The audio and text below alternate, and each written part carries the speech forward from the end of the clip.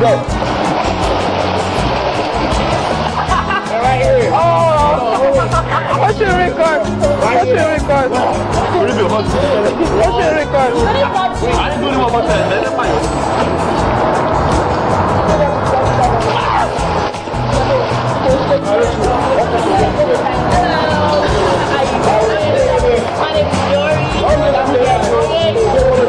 Oh yeah.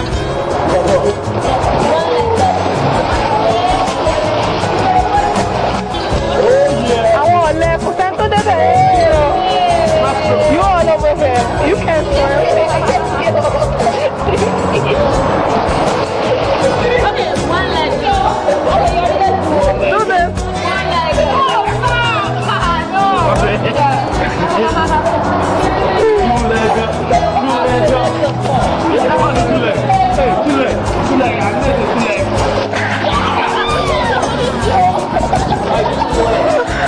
Who can do the butterfly stroke? Butterfly. Butterfly. Butterfly stroke. Butterfly stroke.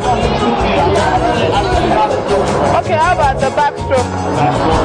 Backstroke. Backstroke. Backstroke. That's dancing of the right corporation. Doing a thing over there. Breaststroke. Breaststroke. Okay. Then stay together. I can't be in two places at the same time. That's more. It looks like a dolphin. So what are you doing?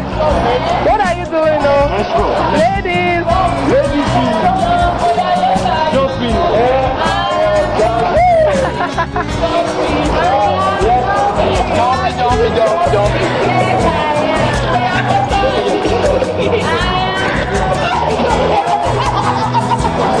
The only girl that can swim is one in the pool.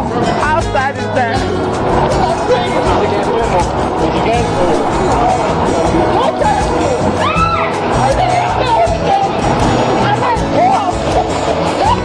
You guys stop spilling water on me, oh. Otibere.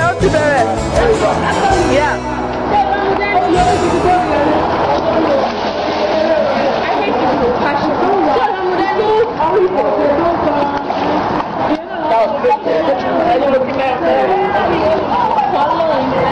Chance you can waste time in it. I did it. Oh, Musha.